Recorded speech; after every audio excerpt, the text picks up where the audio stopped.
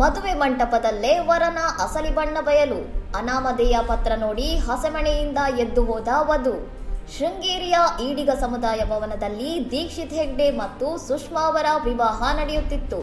ಆದರೆ ಮದುವೆ ಶಾಸ್ತ್ರದ ವೇಳೆ ವಧುವಿಗೆ ಸಿಕ್ಕ 5 ಪುಟಗಳ ಪತ್ರ ಎಲ್ಲವನ್ನೂ ಬದಲಿಸಿದೆ. ವರ ದೀಕ್ಷಿತ್ ತನ್ನ ವಯಸ್ಸಿನ ಬಗ್ಗೆ ಸುಳ್ಳು ಹೇಳಿದ್ದಲ್ಲದೆ 2021ರ ಫೋಕ್ಸೋ ಪ್ರಕರಣವೊಂದರಲ್ಲಿ ಆರೋಪಿಯಾಗಿದ್ದ ಎನ್ನುವ ಆಘಾತಕಾರಿ ಸತ್ಯ ಪತ್ರದ ಮೂಲಕ ಬಯಲಾಗಿದೆ. ಸುಷ್ಮಾಗೆ ಇದು 2ನೇ ಮದುವೆಯಾಗಿದ್ದು, ತನ್ನ 9 ವರ್ಷದ ಮಗನಿಗೆ ಅಪ್ಪನ ಸ್ಥಾನ ನೀಡುತ್ತಾನೆಂದು ದೀಕ್ಷಿತ್ನನ್ನು ನಂಬಿದ್ದರು. ಆದರೆ ವರನ ಮೇಲಿದ್ದ ಪೊಲೀಸ್ ಕೇಸ್ಗಳ ಬಗ್ಗೆ ಮಾಹಿತಿ ಮುಚ್ಚಿಡಲಾಗಿತ್ತು. ವಿಷಯ ತಿಳಿಯುತ್ತಿದ್ದಂತೆ ಮಂಟಪಕ್ಕೆ ಸಿಡಿಪಿಒ ಅಧಿಕಾರಿಗಳು ಹಾಗೂ ಪೊಲೀಸರು ಭೇಟಿ ನೀಡಿದ್ದು, ಯುವತಿಯ ಮನವೊಲಿಸಲು ಪ್ರಯತ್ನಿಸಿದರೂ ಆಕೆ ಮದುವೆಗೆ ನಿರಾಕರಿಸಿದ್ದಾರೆ. ನಂಬಿಕೆ ದ್ರೋಹ ಮಾಡಿದವನ ಜೊತೆ ಜೀವನ ನಡೆಸಲು ಸಾಧ್ಯವಿಲ್ಲ ಎಂದು ಖಡಕ್ ಆಗಿ ಹೇಳಿದ ಸುಷ್ಮಾ ಮಂಟಪದಿಂದ ಹೊರ ನಡೆದಿದ್ದು, ಸದ್ಯ ಶೃಂಗೇರಿ ಠಾಣೆಯಲ್ಲಿ ಪ್ರಕರಣ ದಾಖಲಾಗಿದೆ. ಇನ್ನಷ್ಟು ಸುದ್ದಿಗಳಿಗಾಗಿ ನೋಡ್ತಾ ಇರಿ ಸೌರಂ ಟಿವಿ.